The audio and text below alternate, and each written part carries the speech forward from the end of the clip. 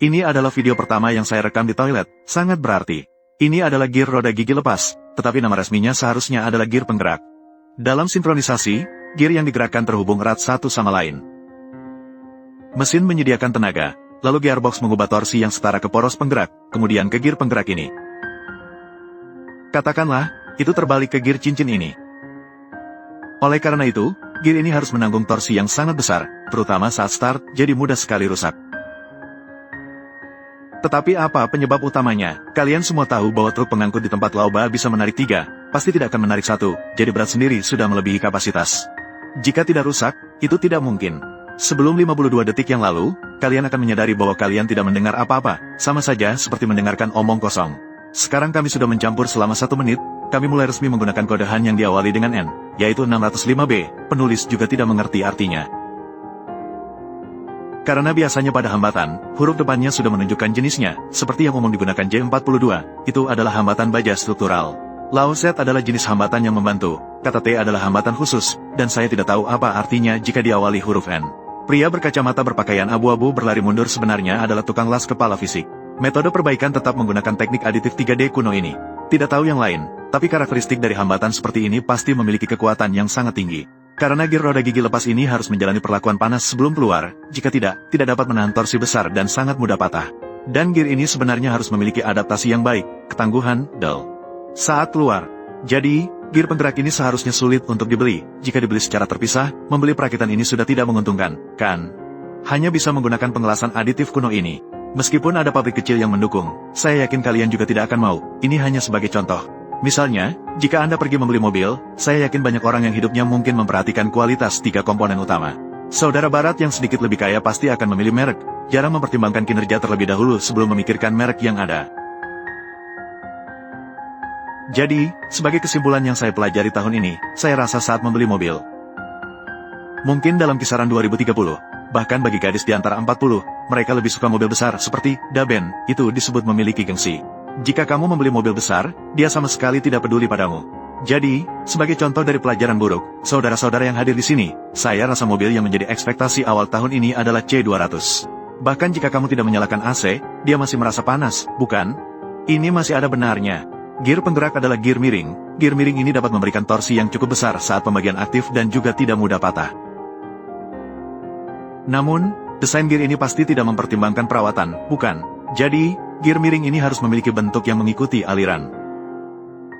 Menghaluskan ini memiliki sedikit kesulitan. Oleh karena itu, kita melihat yang lebih rumit, seperti memutuskan poros depan, poros belakang dan poros utama semuanya dikendalikan oleh pria berkacamata dengan tenaga listrik. Sepertinya dia masih memiliki sedikit ketenaran.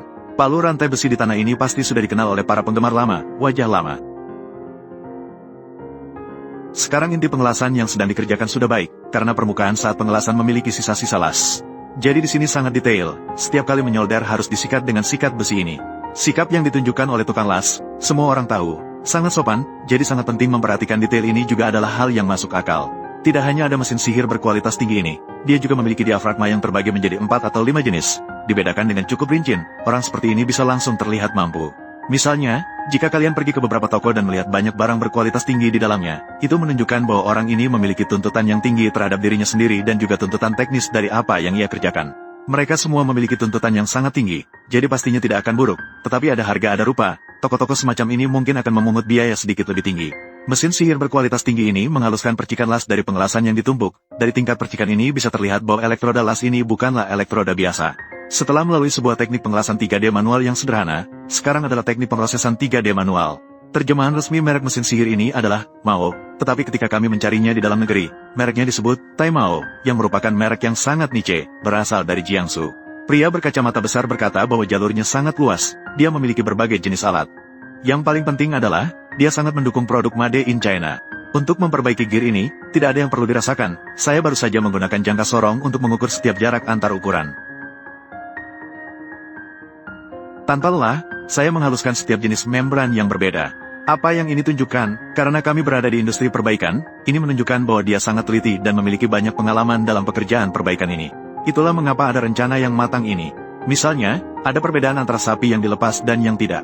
Sapi yang dilepas pasti tahu rumput apa yang mereka suka, bukan? Jika kamu tidak pernah melepasnya, kamu mungkin berpikir semua daun bisa dimakan.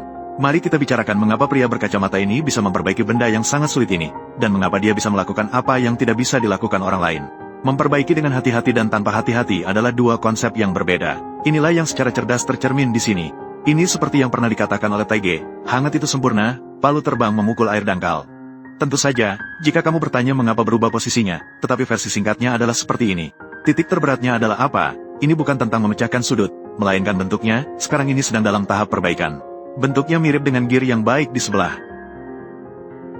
Karena ini bukan ban atau semacamnya, ini adalah dua gear yang saling terkait dan harus bekerja sama. Standar perbaikan gear ini apa yang dianggap sempurna. Artinya, setelah diperbaiki, gear ini dapat menahan berapa banyak torsi dan berapa lama dapat digunakan, seberapa sempurna mereka dapat bergabung. Apakah operasinya berjalan lancar tanpa hambatan? Apakah akan ada reaksi berantai? Apakah komponen lain tidak tahan lama? Apakah akan mempengaruhi resonansi? Jadi saat memperbaiki sesuatu, banyak faktor yang harus dipertimbangkan. Saya percaya jika biaya perbaikan mobil meningkat, banyak orang yang akan bersungguh-sungguh, yang juga menyebabkan sekarang ini industri perbaikan cukup sulit. Dalam proses ini, kami melihat esensi dari esensi. Tentu saja, Anda bisa bilang apa yang saya katakan adalah omong kosong. Mari kita lihat detail dari showcase penjual. Jika tidak diperhatikan dengan seksama, Anda tidak akan bisa melihat bahwa gear ini pernah patah. Jadi sikap fisika adalah sikap fisika, sungguh luar biasa. Dan kemudian ada alat industri lainnya, yaitu mesin bubut berwarna jasmin. Alasan penggunaan mesin ini masih belum diketahui. Mungkin itu karena penghalusan, karena permukaan busur panahnya cukup kasar. Misalnya saat pembongkaran atau pengelasan, permukaan gerakan busur panahnya akan tergores. Untuk kesempurnaan pelanggan, ada juga satu penjual yang menunjukkan perakitan yang sangat memuaskan dan pas. Mempertimbangkan semuanya, tukang las memutuskan untuk menghaluskan karena demi kualitas yang lebih baik. Bayangkan di tempat mereka yang begitu tertinggal secara industri, banyak hal tidak ada mesin pemolesan berkualitas tinggi, namun mereka tetap melakukannya.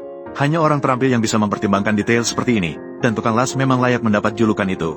Selain itu, lihatlah jari-jarinya, semuanya utuh, sepertinya dia tidak pernah kehilangan jari. Dan sampai di sini, ini pada dasarnya adalah tahap penilaian penjual. Dari penampilan luar saja tidak terlihat ini berasal dari Han.